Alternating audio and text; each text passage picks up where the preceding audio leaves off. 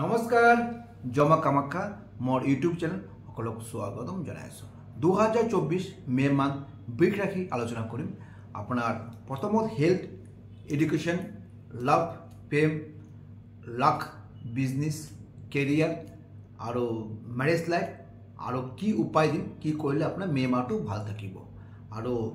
প্ৰথমে আলোচনা কৰি আছোঁ আমাৰ ৰাশি সাপেক্ষে আলোচনা হৈ আছে আপোনাৰ ৰাশিত বহি আছে বৃহস্পতি বহি আছে আৰু ৰাশিৰ মালিক হল শুক্ৰ বহি আছে দ্বাদশত মানে 12 হাউস 12 হাউসটো আমাৰ কৈ থাকে হৰস্কোপৰ দুস্থান তো দুস্থানে যদি শুক্র বহে লগ্ন যদি দুস্থানত বহি থাকে তাহলে কিন্তু 19 মে লৈকে কিন্তু আপোনাৰ তাতে বহি থাকিব 19 মে ট্ৰান্সফাৰ কৰিব নিজৰ ঘৰ ট্ৰান্সফাৰ 19 মে 18 মে লৈকে কিন্তু আপোনাৰ কিন্তু হেল্থ লৈ অকমান কেয়াৰফুল থাকিব শুক্ৰ আৰ ৰবি কানেকশন হয়ে আছে চকুৰ প্ৰবলেম হব পাৰে মাইগ্ৰেনেৰ প্ৰবলেম হব পাৰে অথবা মূৰৰ বিষ আপার পোর্শন কিন্তু অকমান প্রবলেম থাকিব কিন্তু ইমান মেজর ইস্যু নহয় কারণ আপনার বৃহস্পতি লগ বহি আছে তো ইমান মেজর ইস্যু নহয় সেকেন্ড টাইম আহিলে আমি এডুকেশনের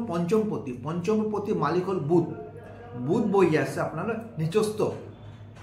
বুধ যদি আপনার নিচস্থ হয় পঞ্চমত কেতু বহি আছে তো এইখিনি সময় কিন্তু আপনার মাইন্ড ইমব্যালেন্স থাকিব কিন্তু 11 মে বুধ ট্রান্সফার হয়ে আছে 12 নম্বর ঘর হয়ে আছে আপনার মঙ্গল গ্রহ তো 11 মে লোকে কিন্তু আপনার কিন্তু মাইন্ড ইমব্যালেন্স থাকিব কোনো রকম ডিসিশন লব নোৱাৰে ফিকেল মাইন্ড হয়ে থাকিব ভাবিব এটা কৰিব এটা তো 11 মে লোকে অকমান আপনাৰ কনফিউজ যে মাইন্ডটো আছে অকমান আপনাৰ ব্যালেন্সিং কৰিব লাগিব তাহলে এডুকেশন ক্ষেত্রে ভালো হবে তারপর আহি যাও প্রেমের ক্ষেত্রে পঞ্চম স্থান কেতু হলো নেগেটিভ কেতু হল নিচস্থভাবে কেতু বহি আছে পঞ্চম স্থানে বহি আছে তো পঞ্চম স্থানে কেতু বহি থাকলে তো আপনার কিন্তু দুজনের মাঝে বহুত ডাঙর মিসআন্ডারস্ট্যান্ডিং হব অথবা ব্রেকআপ হওয়া থার্ড পার্সন কারণে তো এনেকা যদি হয় আপনার বহি কনসাল্ট করব নাহলে কিন্তু আপনার ইমান পুরনো সম্পর্ক অকমান ব্রেকআপ হওয়া সম্পর্ক থাকিব তো এইখিনি যাব কেয়ারফুল থাকিব তারপর আমি লাইফ পার্টনার আছো 7 হাউসের মালিক হল মঙ্গল গোটে মোটে থাকবে 11 হাউস তো মঙ্গল যদি 11 হাউস মানে আপনার লাইফ পার্টনার যে বহি আছে সে ইনকাম যাও না ফাইনান্সিয়াল জায়গা বহি আছে তো আয় স্থান বহি আছে তো এই মাহত আপনার কিন্তু লাইফ পার্টনার ক্ষেত্রে বহুত ডেভেলপমেন্ট হব আপনার বিজনেস ক্ষেত্রে হোক বা আপনার সার্ভিস ক্ষেত্রে ডেভেলপমেন্ট হব আবার যোনে আবার বিজনেস করি আছে যোনে ডেলি ইনকাম বিজনেস বা ডেলি ইনকাম করি আছে বিজনেস ক্ষেত্রে কিন্তু আপনার কিন্তু এই মাহটো ভাল কিন্তু আপনার কিন্তু মানে যেনেকা আপনি আশা করেছে তার তুলনায় কিন্তু আপনি বেশি লাভবান পাব কিন্তু এই মাহটো যদি কোনোবা শেয়ার স্টক বিজনেস বা শেয়ার রিলেটেড বিজনেস কৰি আছে এই মাহত আপনি ইনভেস্ট কৰিব পাৰে কিন্তু ভাল ফল পাব কেন 7 হাউস 11 হাউস ফাটকা আনএক্সপেক্টেড মানি ইনকাম হব কিন্তু তারপরে যাও আমি হল ভাগ্যস্থানের ক্ষেত্রে যদি আপনার 9 হাউসের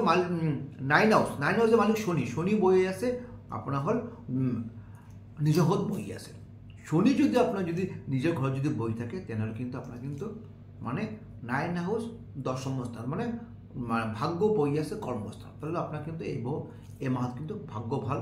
লাভ সাপোর্ট করব আপনি যিকোনো ক্ষেত্রে আপনি আগবাড়িব পারে যদি আপনি কি নিউ পারচেস করব পারে ল্যান্ড অথবা গাড়ি কিনিব পারে তো আপনি কিনিব পারে দশমপতি শনি বহি আছে আপনার 11 হাউস শনি বহি আছে নিজের ঘর 10 হাউস বহি আছে যদি আপনার যদি দশমপতি শনি যে নিজের ঘর বহি থাকে কর্মপতি কর্মগ্রহ বহি আছে তো কর্মক্ষেত্র যদি আপনার ভাবিছে সার্ভিস চেঞ্জ করব বা প্রমোশন কারণে ট্রাই করে আছে আপনি এপ্লাই করব পারে অথবা আপনার নিউ জব কারণে আপনি ট্রাই করতে পারেন কেন আপনার শনি আপনার কর্মদাতা সে কর্মদাতা নিজের ঘর 10 হাউস বসে ওয়ার্ক প্লেস বহি আছে তো আপনার 100% এই মাহ কিন্তু আপনার পজিটিভ ওয়ার্ক প্লেসেস পাবেন তো আপনার ভালো এই মাহ তো গোটে মাহটো আপনার মে মাহটো বিজ্ঞানের খুব ভালো সৰু এটা টোটকা উপায় দিছোঁ কৰিব আপুনি যিকোনো দুর্গা মন্দির যাব 1 পিস লং লব আর অলপ মৌ লব একটা পান লব যিকোনো পানের উপর মৌটো অকমান লগাই লং দি আপনি যিকোনো দুর্গা অথবা কালী মন্দির দান কৰিব ভাল ফল পাব